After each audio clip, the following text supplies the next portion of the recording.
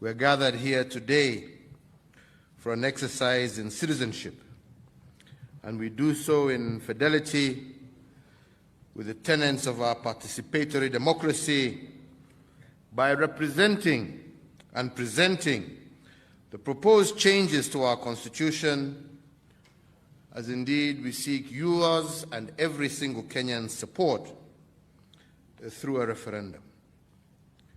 I believe that this is a proud moment for our democratic system of government, which holds that we are a nation of equal citizens, striving for the betterment of our families, our communities, and our nation as a whole.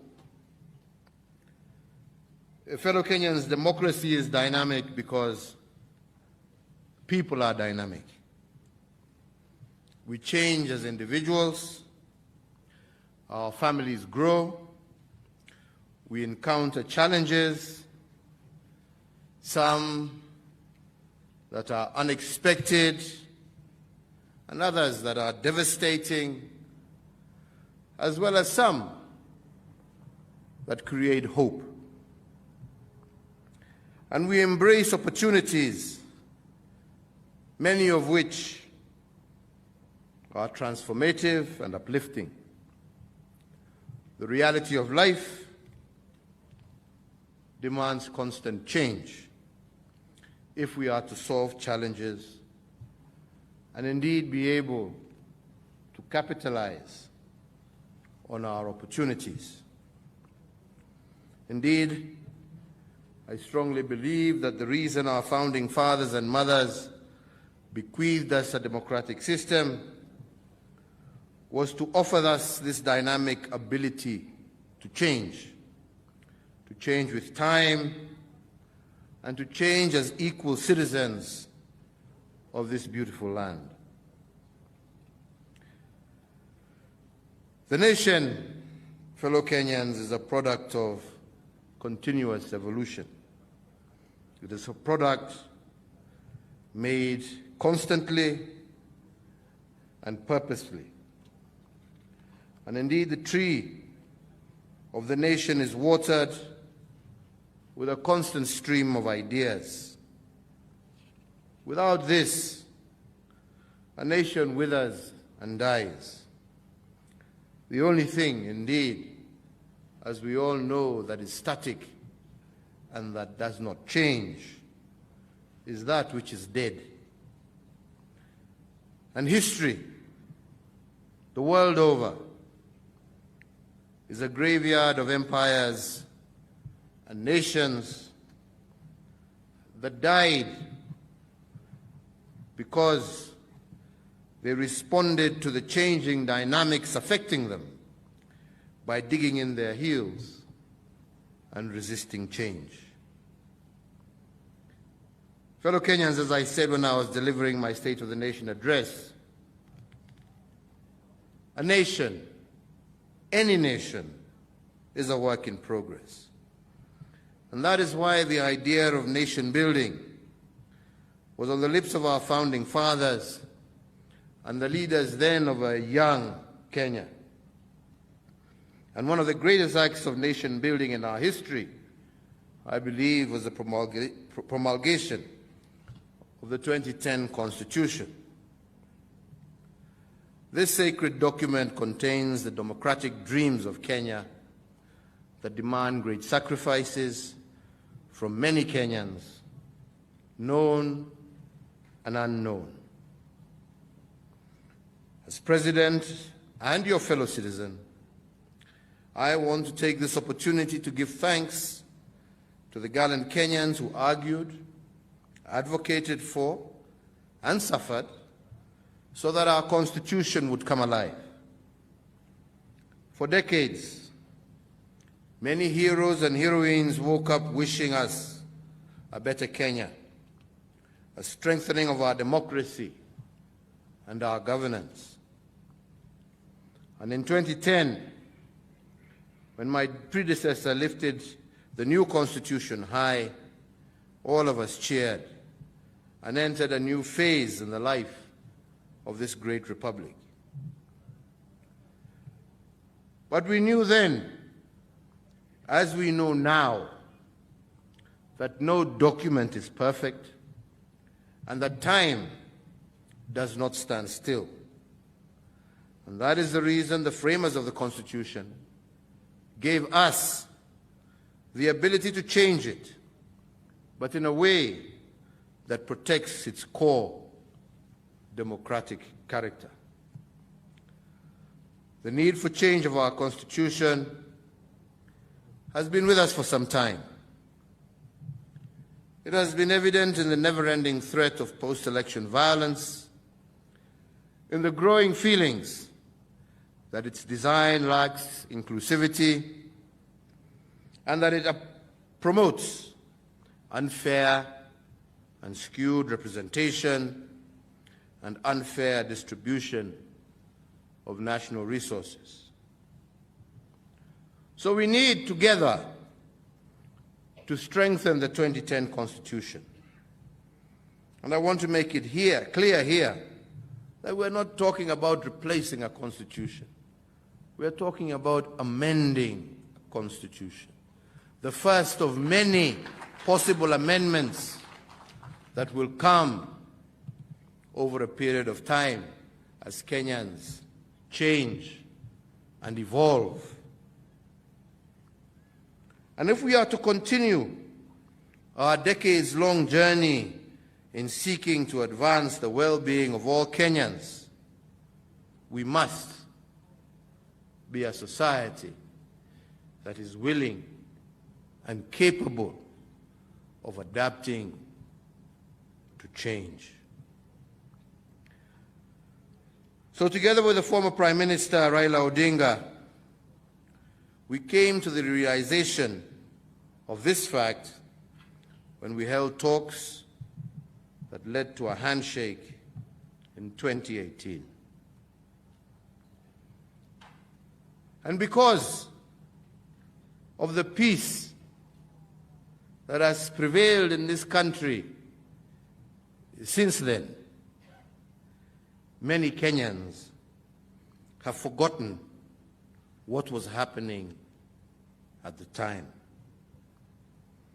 Fellow Kenyans, truth be told, we were on the verge of a divisiveness that would have deeply undermined our continuity, our unity, and our peace.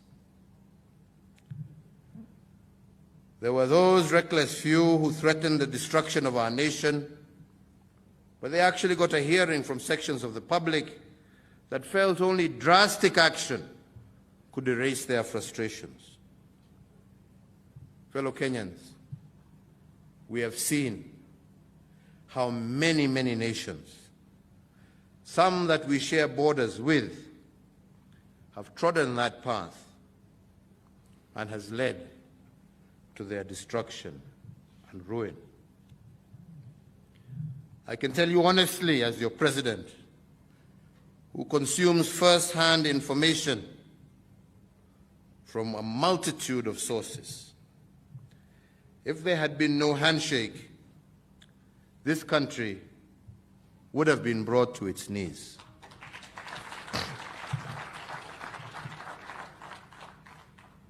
The reckless aggressiveness of some, the triumphant chest-thumping and stonewalling by others, the handshake stabilized the country, and it has afforded us the opportunity to identify the practical reforms that would strengthen our unity, inclusivity, equity, and good governance.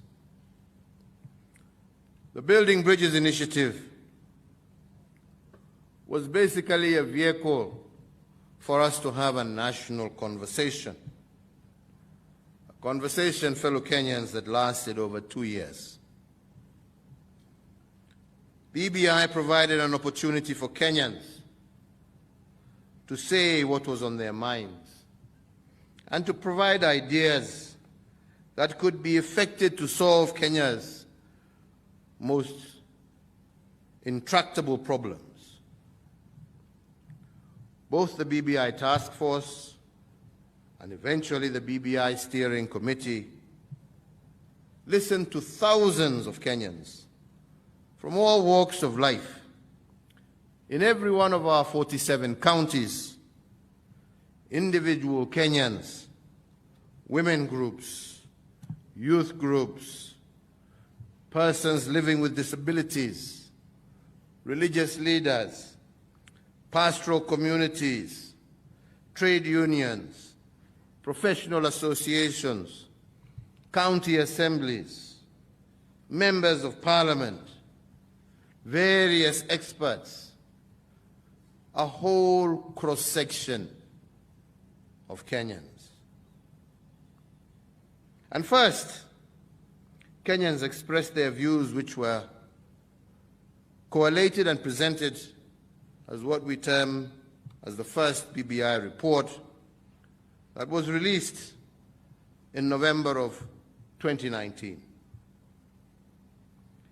Then Kenyans gave more views under BBI 2, which was meant to be a validation exercise to ascertain the views expressed in the first BBI and to establish whether these were actually the views Kenyans had shared.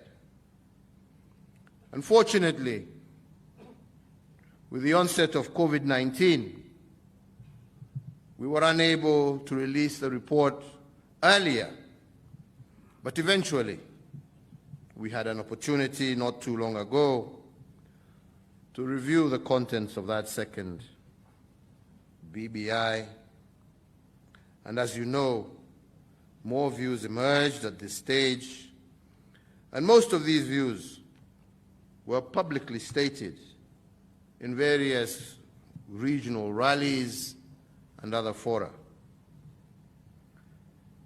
The validation report was then launched on October 26th, attracting many views and calls for such views to be considered. And indeed, I am happy to say that these views have been considered, and I personally have met with several different groupings and individual Kenyans, and I truly believe that all their issues have been incorporated as the referendum bill released today shall clearly indicate. So I am therefore confident that this process has been widely consultative and has captured the best of our ideas and ideals. And this is not the end of the process, because Kenyans will continue to express themselves and eventually make a choice on the fate of this referendum bill. But Kenyans, let me and allow me to highlight some of the points and gains in the referendum bill, particularly those raised by various interest groups. On the gender parity and participation question, something that has haunted and been unattainable in this country since the dawn of independence, this bill ensures that the women of Kenya will actively be involved in all levels of representation. Women leaders will now comprise 50% of all senators. This means that they will be directly involved and be in charge of determining how 35% of our national resources are spent in the counties. Additionally, within this document, there is a new mechanism for ensuring greater and meaningful participation of our women in the National Assembly. And we are doing this while retaining the affirmative orientation in appointive posts, which, as you know, has been instrumental in placing many Kenyan women in high positions in government. The drafters of this referendum bill also listened to the plight of PWDs and youths and have ensured that they are adequately represented in Parliament. Kenyans consistently expressed their view that there was an urgent need to strengthen devolution, and this referendum bill considers this point and proposes an increase of money available to counties. It also creates a ward development fund that will be a game changer by taking government money directly to the grassroots. And not only that, the bill before us also proposes a strengthened Senate that is able to oversight the counties more robustly, and it also requires county assemblies and the Senate to ensure greater accountability of the increased funds going to the counties. To ensure that every Kenyan enjoys the democracy that the 2010 Constitution so ably promised, the bill cures the problem of underrepresentation in some areas of the country and introduces a better approach for the sharing of resources more equitably and fairly while dealing with the issues of marginalization. Although the principle of public participation is already enshrined in our Constitution, participation has faced numerous challenges in the past. The BBI proposals will ensure greater public participation at all levels, from the ward to the constituency to the county, as well as to the national government. In the spirit of public participation embodied in the entire BBI process, where we are now, as has been indicated by the speakers before me, is that we now need to go out and collect signatures from Kenyans. This, fellow Kenyans, is in line with the tenets of democracy, whereby every single citizen is entitled to have their say. The process of staging a national referendum is the last exercise and validation of the issues articulated in the BBI report and the last stage in asking for the stamp of approval from Kenyans on the report's recommendations. This marks a mass validation of the proposed amendments as captured by the BBI Steering Committee. So as we embark on signature collection exercise, we recognize that the exercise of collecting signatures is a continuation of the democratic deliberation provided for in the Constitution. We once again take these proposals to you Kenyans, requesting that you confirm and endorse these proposals.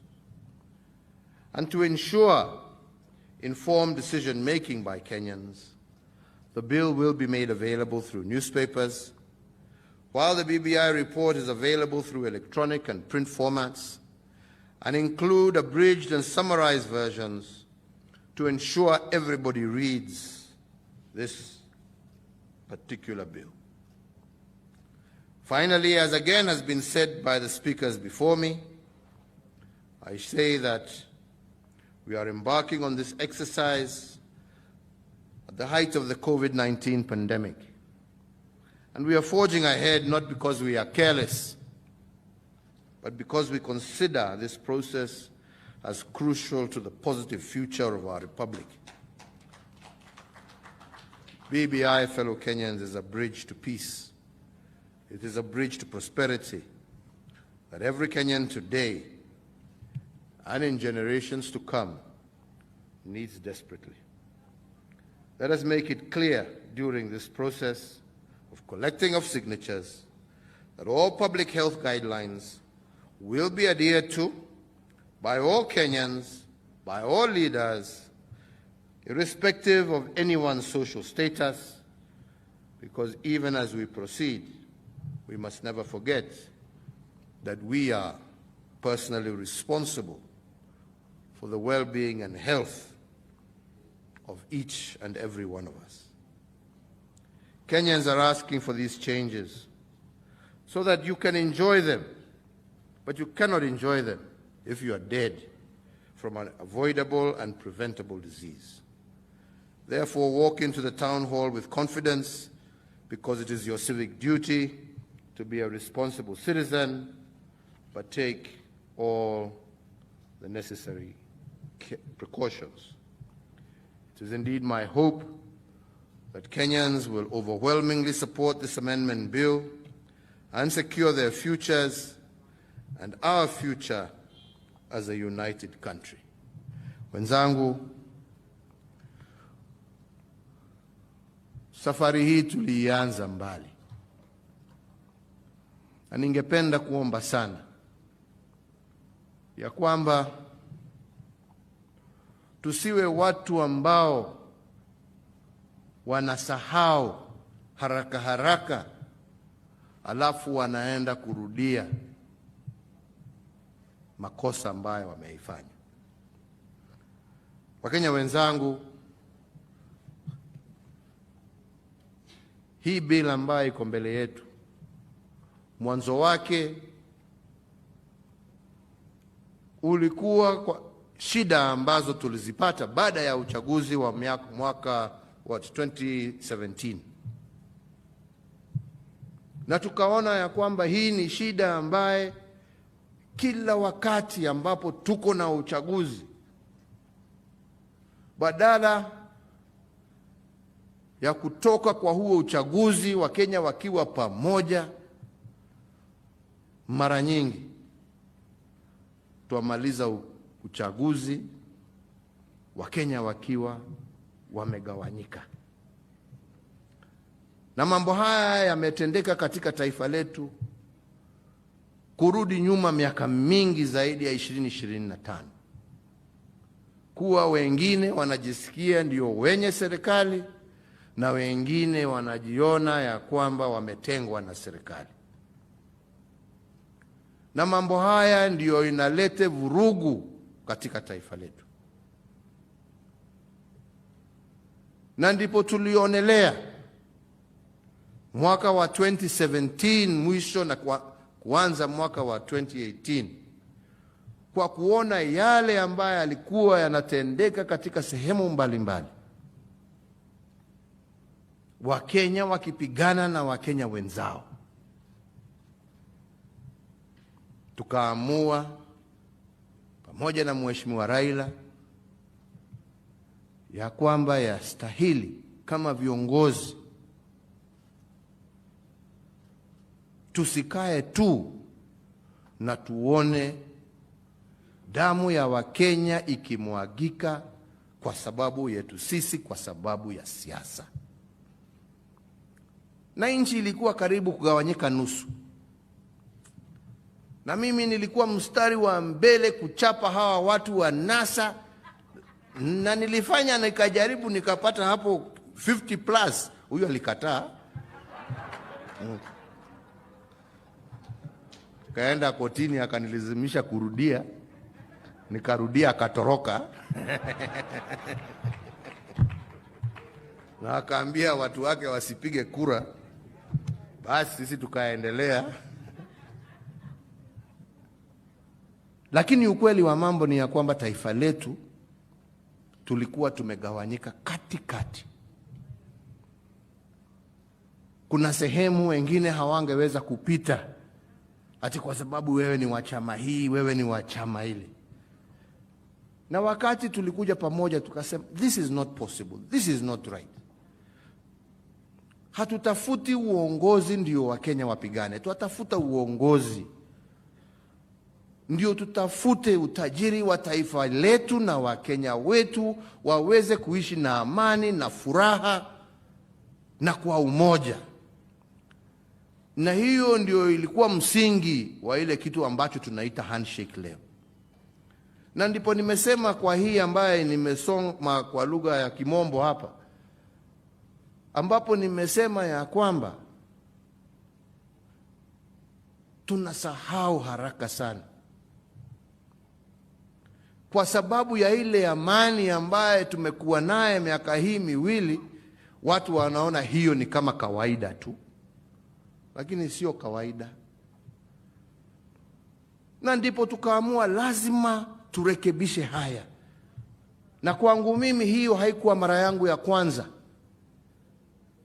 ku reach out. Nime reach out hata mbeleni. Hata mwenzangu Deputy William Ruto, we reached out tukalete amani,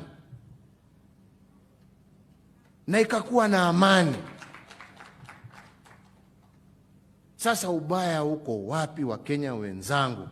Nikireach out pia kwa ndugu yangu ndio tuweze kuongeza hiyo amani.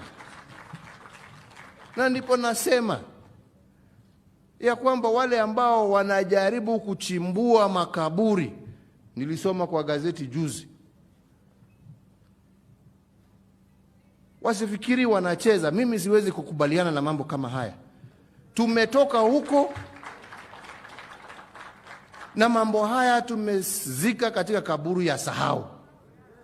Kwa sababu ukijaribu kulete maneno hapa, wewe hujui ni shida gani. Anayo wengine hawafikiri. You don't think before you talk, you don't think before you act. You must always think before you do something. Sisi hatutaki vita katika taifa letu la Kenya. Sisi wengine wetu tunajua maana ya amani. Na sisi tunataka kurekebisha zile shida, na turekebishe kwa njia ya kikatiba, kwa njia ya kisheria, ndio Kenya isonge mbele na Wakenya wawe kitu kimoja. Hiyo ndio haja yetu kubwa. Sio kuja hapa kila siku kuambiwa hii na hii na hii. Let us be faithful to the peace, to the stability, to the unity of this nation.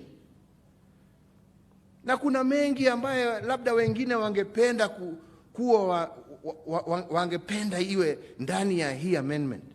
Lakini Wakenya wenzangu, niwakumbushe, Kenya sio kama maisha ya binadamu. Sisi tukiwa binadamu, viumbe vya Mwenyezi Mungu, tunajua ya kwamba muda wetu huanza kuhesabiwa kutoka siku ile tulizaliwa. Na tunajua bado huo muda utafika. Kenya itaishi milele na milele na milele. And that is why we do some of the things that we do. Not for what we gain today, but what shall be there for our children and our children and our children's children in the future, because Kenya will be here forever. And our responsibility is to be architects of that future. That is our responsibility. And tomorrow, there will be those Kenyans who will be in positions of leadership, ambao watasema, unajua sasa tumekubaliana kitu ingine.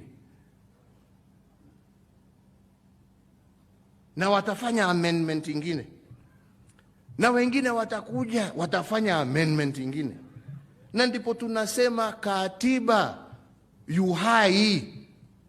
Katiba sio vile tumeona nchi zingine, unasema kwa sababu imeandikwa kwa katiba, right? Hiyo ni kumaliza nchi. Unaona watu wanasema, unaona vile katiba inasema, kwa hivyo wewe nyamaza. Sasa kunyamaza, na mtu anasema mimi niko na kitu ambayo inaniuma, na wewe unaniambia ni nyamaze ati kwa sababu imeandikwa. My friend, is that not a recipe for war?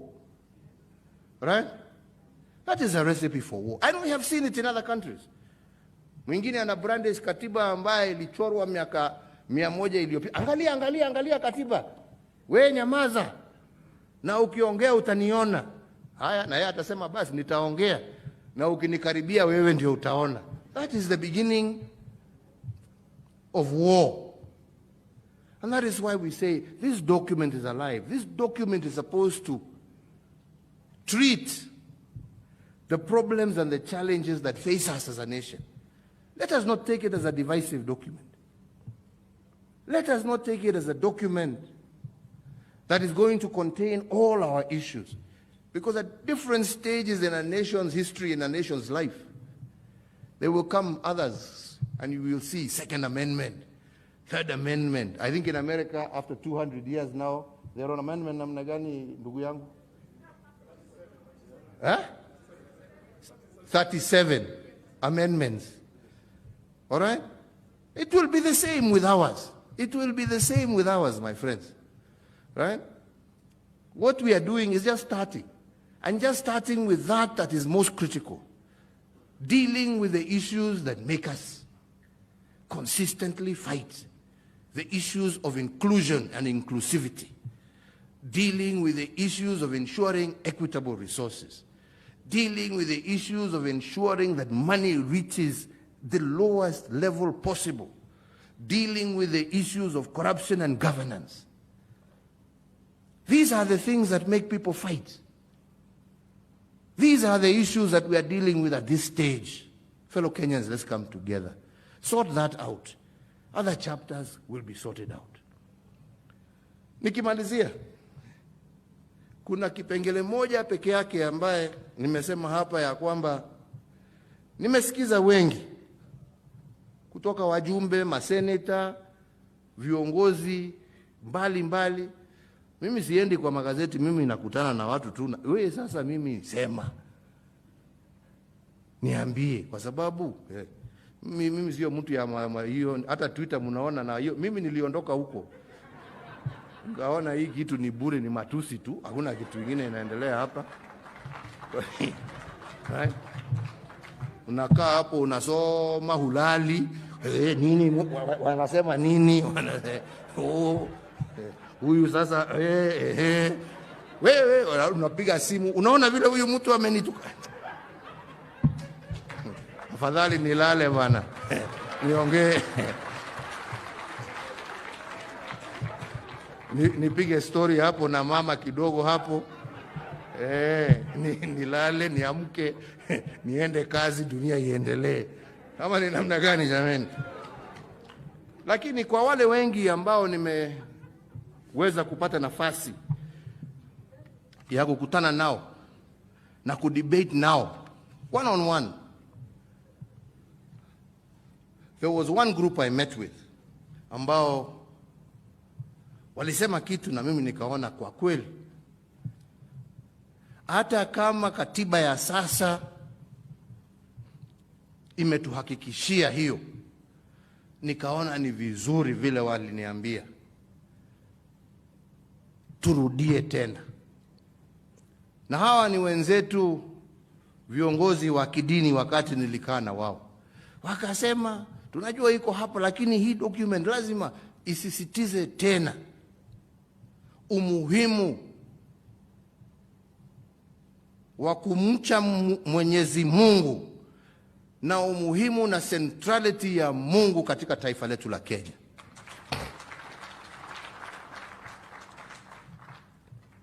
Na nataka niwashukuru kwa sababu nimeona wameongeza hapa wa kusema, in embarking on this constitutional amendment process, the people of Kenya reaffirm their conviction in the words of the preamble of our Constitution, asserting the supremacy of the Almighty God in shaping the destiny of the nation. Na ndipo tuasema, Mungu ailinde taifa letu la Kenya.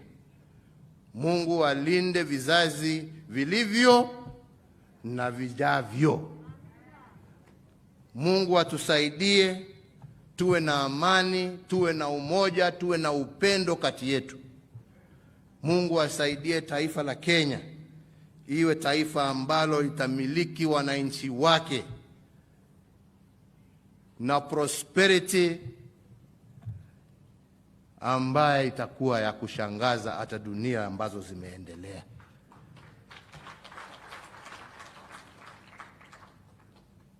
Mungu atusaidie tuweze tuelewane, tuongee pamoja, tufanye yale ambayo yako mbele yetu kwa amani na kwa kujuliana hali, tukijua ya kwamba Kenya sio ya mtu. Kenya haina mwenyewe, ina wenyewe, na wenyewe ni wale vile nimesema wako na wale ambao watakuwa. Mungu awabariki, Mungu awalinde. Asanteni sana.